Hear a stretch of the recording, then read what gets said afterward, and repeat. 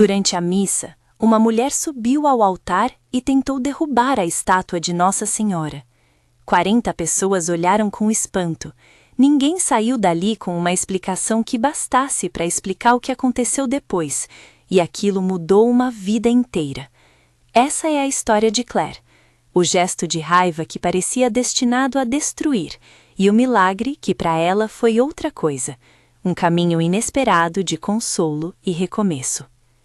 Claire costumava dizer, com voz baixa, que naquele domingo ela não entrou na igreja esperando nada além do silêncio. Não era frequentadora assídua, era enfermeira, alguém que passava os dias à beira das camas, cuidando de outros como se cuidasse de si mesma por instinto. Anos de tratamentos de fertilidade a tinham deixado cansada de esperanças que se repetiam e morriam. As noites cheias de medição, de agulhas, de relatórios médicos, as contas que se acumulavam, as consultas que prometiam e não entregavam. O casamento que antes era porto foi se tornando mar aberto, onde faltava o outro. Daniel, que havia jurado permanecer, acabou saindo de casa em silêncio, deixando caixas e uma separação que presidiu uma nova solidão. Os termos médicos soavam em sua cabeça como diagnóstico de derrota, infertilidade progressiva. As palavras dos médicos eram frias, uma lista de possibilidades e probabilidades. Claire atravessou tratamentos que drenaram não apenas sua conta bancária, mas suas reservas emocionais. Amizades que no começo pareciam para apoiar-se umas nas outras, esmaeceram. Havia uma vergonha silenciosa em aceitar que o corpo tivesse falhado em cumprir o que tantas vezes parecia natural. E no fim, restava a pergunta que a perseguiu. O que fazer com um desejo tão profundo que se tornou dor? Durante meses, ela viveu entre turnos no hospital, consultas e noites em um apartamento que cheirava a café frio e a livros empilhados. O berço vazio no quarto que antes seria do bebê passou a ser um símbolo de tudo o que ela acreditava ter perdido. Havia dias em que Claire conseguia simplesmente atravessar a rua, sem olhar para a igreja de pedra que ficava no bairro. Aquela igreja com vitrais manchados pela chuva típica de Seattle e com uma porta pesada que rangia quando alguém a empurrava. Noutras vezes, era justamente a visão daquela fachada que a atravessava como um pontapé. Portas de pedra, uma cruz simples e dentro uma estátua que havia sido trazida da Irlanda décadas antes, uma escultura de mármore branco com superfícies polidas que lembravam o marfim, e um manto azul que com o tempo mostrava fissuras, pequenas linhas como estrias que contavam histórias de velas acesas e mãos que tocaram a orla. Naquele domingo de chuva, quando decidiu entrar, o vento trouxe consigo um cheiro de terra molhada. As ruas brilhavam, e gotas ainda escorrendo dos galhos das árvores acompanhavam quem se abrigava no interior da igreja. Claire sentou-se no banco do fundo, como tantas outras vezes quando queria observar sem ser notada. Father Thomas, o padre da paróquia, tinha a voz sempre calma. Era um homem que conhecia os rostos de todos, cujas homilias raramente apontavam o dedo, preferindo antes uma paciência que parecia oferecida como um espaço seguro para que cada um encontrasse o próprio lugar. A missa seguia seu curso. O som das orações, o ar umedecido pelas velas e o cheiro de incenso, suave, apenas um toque, criavam um cenário familiar. A congregação era pequena naquela manhã, cerca de 40 pessoas, rostos conhecidos e também alguns visitantes. Havia um ritmo quase ritual, as palavras repetidas com a cadência de quem aprendeu a rezar por impulso. Quando começou a Ave Maria, algo se rompeu dentro de Claire. Não foi um plano deliberado, foi um acúmulo de toda a atenção guardada durante anos, que naquele instante encontrou uma saída. Ela levantou-se devagar, a pele ainda marcada pela chuva, e caminhou até o altar. Algumas pessoas mexeram-se nos bancos, outras ficaram imóveis, olhos arregalados. Claire aproximou-se da estátua. Os olhos dela, inchados de noites mal dormidas, pousaram na expressão serena de pedra, no manto azul que parecia carregar pequenas cicatrizes. O que veio depois foi um gesto desesperado. Ela agarrou a base, puxou com toda a força que tinha, como se arrancar aquilo pudesse arrancar também a dor que a consumia. A resistência foi imediata. A estátua não cedeu. Claire puxou novamente, músculos tremendo, e a madeira do pedestal rangeu sob suas mãos. Ela colocou a força de anos naquele movimento bruto, e ainda assim a peça permaneceu firme, imóvel, como se estivesse cravada na própria terra. Não foi que a estátua se moveu sozinha, não se moveu, mas a imobilidade naquele instante teve um peso simbólico que abalou todos ao redor. Alguns na congregação se levantaram, outros sussurraram, e um silêncio denso caiu sobre a igreja, mais pesado do que o som das gotas na vidraça. Então, o corpo dela cedeu. Claire desabou em lágrimas. A confissão saiu da boca como um grito que ninguém havia pedido. Eu só queria ser mãe. Foram poucas palavras, mas contiveram toda a história de noites de espera, de consultas vazias, de promessas quebradas. O som do seu choro preencheu o espaço entre os bancos, e a presença humana na igreja se transformou de espectadora em testemunha. Father Thomas não a repreendeu. Ele avançou, com passos medidos, mas não tentou interromper aquele momento. Em vez disso, ficou ao lado, oferecendo a presença que não julga, permitindo que a dor se mostrasse. Alguns descrevem o que aconteceu em seguida como a sensação de calor que a envolveu, uma presença que não poderia ser medida com aparelhos. Claire sentiu um peso sair dos ombros, um calor que era mais parecido com um abraço que se espera de alguém que conhece a tua tristeza. A sensação era íntima, particular, algo que só ela poderia relatar com veracidade. Para os outros, havia um silêncio respeitoso, um reconhecimento de que algo profundo ocorrera ali, ainda que ninguém pudesse nomear com precisão aquilo que tinham presenciado. Ninguém afirmou que a estátua havia feito algo por vontade própria. O que se repetiu nas conversas posteriores foi o barulho do choro, a imobilidade da pedra e a transformação no rosto de Claire, que daquele dia em diante parecia levada por uma outra direção. A saída de Claire da igreja foi tão tumultuada quanto silenciosa.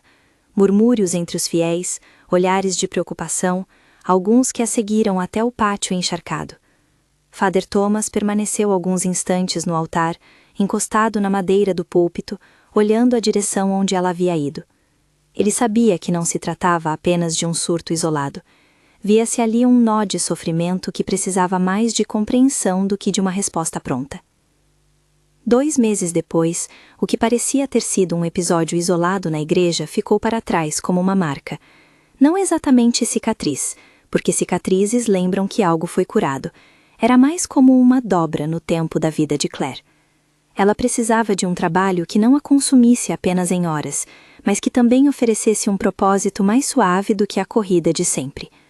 Father Thomas, sabendo da sua história, mencionou a possibilidade de arcar com alguns turnos no abrigo infantil ligado à paróquia, um lugar administrado por Sister Margaret, uma freira que tinha mãos gastas e um olhar que não economizava calor humano. Claire hesitou. Não sabia se estava pronta para aquele tipo de contato, mas aceitar foi um passo necessário. Não era uma fuga, era uma reconstrução que exigia movimento. O orfanato era um prédio simples nos fundos da igreja, com paredes pintadas de cores suaves, brinquedos arrumados em prateleiras e uma cozinha que cheirava sempre a pão recém-assado. Sister Margaret recebia quem chegava com um sorriso sem pressa, como se a urgência não fosse sua mata, e fazia com que até as tarefas mais rotineiras parecessem um pequeno altar de cuidado. O trabalho de Claire começou com coisas simples: organizar roupas, ajudar nas refeições, brincar no pátio com as crianças.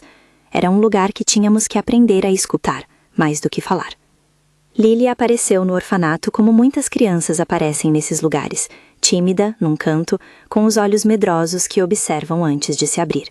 Tinha 9 anos, cabelos castanhos presos num rabo de cavalo que escondia um pouco do rosto, e uma postura que dizia que não era boa em confiar. Claire notou, desde o primeiro encontro, que havia ali uma espécie de familiaridade na sua própria dor. Lily não falava muito sobre o passado. Quando perguntou sobre onde estava a mãe, desviava o olhar. Aos poucos, o cuidado de Claire foi encontrando maneiras sutis de chegar até ela. Um caderno colorido para desenhar, uma tigela de sopa quente num dia de inverno, uma palavra simples no corredor. Nada forçado, nenhum gesto digno de heroína, apenas presença. Os pequenos episódios foram colando uma relação. Lily começou a segurar a mão de Claire quando atravessavam o pátio. Começou a procurar por ela na hora das histórias antes de dormir, passou a querer que ela juntasse os cabelos para desenhar. Em uma tarde, sentadas num banco do jardim que dividia o orfanato do beco onde a chuva escorria em prata, Lily perguntou com a voz quase um fio: "Você já teve um bebê?" Claire sentiu a velha dor apertar de novo, mas havia algo diferente. A pergunta veio como ponte, não como faca. Ela respondeu com verdade, contando de maneira simples sobre tentativas, sobre como o corpo às vezes impõe limites, sobre como algumas pessoas encontram outras formas de ser mãe. Lily ouviu, os olhos fixos num ponto à frente, e depois incluiu Claire numa lógica que ela parecia já ter aprendido. "Então eu posso ser sua filha?" Foi uma pergunta que chegou como um pedido e como um farol. As etapas práticas vieram depois. Papéis para preencher, entrevistas, processos que testam não apenas a disposição, mas a capacidade de provar que se pode ofertar um lar. Claire passou por tudo isso com a mesma determinação que havia mostrado nos corredores do hospital, só que agora havia uma nova fonte de energia guiando-a. Havia quem perguntasse se ela estava certa, se não seria precipitado. Alguns membros da comunidade, com preocupação, lembravam-lhe que adotar não era colmar um vazio com uma criança, mas formar família com respeito pela história alheia. Claire escutava, refletia e seguia, porque o que a movia já não era apenas a ansiedade de ter uma criança no colo, era a convicção de que poderia oferecer um lar, com limites, com ternura, com presença. O primeiro aniversário de convivência em que Lily passou a dormir na casa de Claire ocorreu quase um ano depois da cena no altar. Era uma tarde de domingo, dessa vez sem chuva, e a luz entrando pela janela parecia desenhar uma espécie de convite para a calma. A casa, antes silenciosa, agora tinha brinquedos espalhados na sala, desenhos na porta da geladeira e o som de passos que ecoava de maneira menos pesada. As manhãs passaram a ter uma rotina que, para Claire, era reconstrutiva. Preparar café da manhã enquanto Lily corria com os pés descalços, ensinar a escovar os dentes, ler antes de dormir. Havia um trabalho em comum que parecia preencher o âmago de um desejo com algo mais sólido do que mera ideia. A maternidade que Claire experimentou com Lily não era a mesma que ela imaginou nos anos em que fazia tratamentos. Não houve gravidez. Não houve bebês no colo na madrugada chorosa que ela sonhara. Havia, no entanto, uma plenitude que surgia em gestos cotidianos. Um sopro de riso enquanto enrolavam massa para panquecas, um abraço improvisado no fim de um dia difícil, uma receita de bolo testada juntas. Havia também os desafios, noites em que Lily acordava assustada com pesadelos, dias de teimosia juvenil, discussões por tarefas escolares. Nada de espetáculo, mas uma construção paciente. Com o tempo, a interpretação do que havia ocorrido naquela manhã de chuva mudou dentro de Claire. O milagre que muitas pessoas esperariam ver na forma de um fenômeno espetacular apareceu para ela como reorientação. Algo sólido ficou quando ela achava que tudo havia quebrado. A estátua que não se moveu, a qual alguns poderiam chamar apenas de pedra, tornou-se símbolo de que havia permanência, mesmo quando o resto desabava. Não era que a estátua tivesse feito algo, era que naquele ponto de imobilidade, Claire encontrou um espelho do que precisava aprender, que algumas portas se fecham para que outras, inesperadas, possam se abrir. Father Thomas, que havia sido testemunha daquele domingo, acompanhou com cuidado todo o processo. Ele não deu sermões triunfantes sobre milagres. Em vez disso, ofereceu um ouvido atento, orações compartilhadas e o espaço da paróquia para que Claire e Lily encontrassem seu lugar. Sister Margaret, cuja autoridade vinha do trabalho diário, passou a visitar a casa com bolos e histórias, celebrando os passos pequenos com a alegria descomprometida das que sabem cuidar sem pressa. As conversas entre Claire e algumas pessoas da paróquia, que às vezes buscavam respostas e outras vezes limitavam-se a escutar, revelaram uma coisa que poucos disseram em voz alta. O milagre, quando acontecia, nem sempre vinha acompanhado de manifestações extraordinárias. Frequentemente se dava na forma de uma resistência que permite à pessoa respirar, uma presença que alivia, um vínculo que se forma. Para Claire, isso foi profundamente transformador. A cólera que a tivera levado ao altar não desapareceu como num passe de mágica, mas encontrou um canal onde podia tornar-se propósito. Quando 1 ano após o episódio, Claire e Lily voltaram juntas àquela igreja de pedra, algo havia mudado na paisagem emocional. A estátua trazida da Irlanda continuava lá, com um manto azul decorado por fissuras que lembravam histórias contadas com paciência. Desta vez não havia tumulto, nem 40 testemunhas em choque. Havia, sim, rostos conhecidos que sorriam e crianças brincando no corredor. Claire segurou a mão de Lily com firmeza e, ao mesmo tempo, com leveza. Ao se aproximarem do altar, era como se uma curva tivesse sido completada. O lugar que testemunhara a crueza de sua dor tornou-se também espaço de retorno. No momento em que se ajoelharam, a oração que saiu dos lábios de Claire foi simples, sem grandes esperas por promessas. Agradeceu pelo encontro, por Lily e por uma paz que chegava aos poucos. Não era uma oração na qual se pedisse a restituição do que perdera. Era uma oração que reconhecia a transformação e que pedia força para um novo caminho. Ao levantar-se, notou que o olhar dela e o de Lily encontrou o da imagem da Virgem, um encontro de natureza diferente, mais sereno. Alguns na igreja lembraram o episódio do ano anterior, outros não o sabiam, mas para Claire, o símbolo do altar ganhou um novo sentido. Não é que tivesse acontecido algo inexplicável apenas no nível do fenômeno, e sim que algo inesperado e profundo nascera daquilo. A história de Claire se espalhou pela comunidade, não como um boato sensacionalista, mas como um testemunho que muitos achavam comovente. As conversas que surgiam nas reuniões da paróquia tratavam o episódio com delicadeza. Alguns perguntavam se era correto chamar aquilo de milagre. Outros diziam que, independentemente de nomenclaturas, havia uma vida que havia sido transformada. Claire, por sua vez, nunca promoveu sua história como prova para convencer ninguém. Quando falava, fazia-o com humildade e com a consciência de que cada caminho de fé e de cura é singular. Há lições difíceis e discretas nessa história. Uma delas é sobre a forma como a dor pode se manifestar em atos que parecem irracionais aos olhos de outros, e sobre a necessidade de responder a esses atos com compaixão, não com condenação. Outra lição é que as formas de maternidade são diversas e que, em muitos casos, o excesso de expectativa por uma forma específica de realização pode cegar para a beleza de outras possibilidades. Para Claire, o fato de ter encontrado Lily não foi um concerto mágico de tudo. Foi sim a construção lenta de um lar, a aceitação de que amor e cuidado também podem florescer de modos imprevisíveis.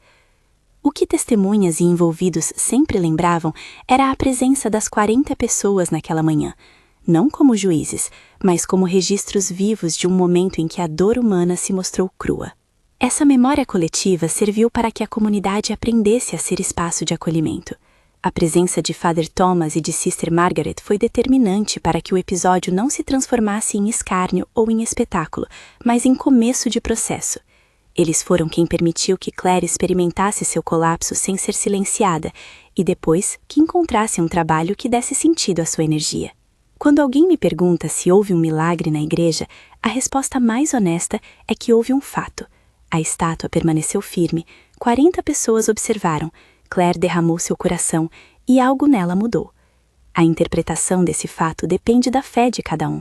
Para Claire, o milagre foi aprender que um coração partido pode ser acolhido de modos inesperados e que a maternidade pode tomar formas que jamais imaginamos. Foi perceber que um manto azul com fissuras pode de fato testemunhar não apenas velas antigas, mas também o peso de orações e de memórias que precisavam ser transformadas em cuidado. No dia a dia, a vida com Lily trouxe também o ordinário que cura. Lavar roupa, preparar lanche, discutir por dever de casa, cantar uma canção para acalmar um medo. Houve falhas, houve noites em que Claire se sentiu insegura, mas havia também a alegria de ver Lily crescer, de acompanhar pequenas vitórias. E, em muitos momentos silenciosos, Claire lembrava-se daquele domingo de chuva e entendia que mesmo quando um gesto parece apontar para a destruição, a permanência pode revelar-se caminho de reconstrução.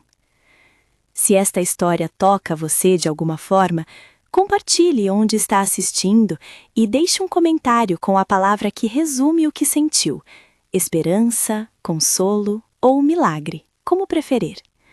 Histórias como a de Claire existem para lembrar que a fé, quando encontrada em gestos pequenos e humanos, pode transformar a dor em cuidado. Ao encerrar, não quero prometer que toda a dor será resolvida de forma idêntica. Não existe receita mágica. O que posso dizer, com a honestidade que a história de Claire nos oferece, é que a permanência, o que não se move, o que resiste ao nosso empurrão mais desesperado, às vezes age como espelho e como sombra confortante. Ao se manter firme, dá-nos a chance de reorientar os passos. O milagre para ela foi descobrir que sua vocação à maternidade poderia se realizar de um jeito diferente, através do amor e do cuidado por uma criança que, como ela, também carregava sua própria história. Se essa narrativa fez sentido para você, compartilhe com alguém que talvez precise ouvir que há caminhos inesperados para a consolação. Inscreva-se no canal para acompanhar mais relatos de fé e esperança. E volte sempre que quiser. Estamos aqui, juntos para ouvir e para lembrar que mesmo nas noites mais longas, pode haver uma luz que permanece.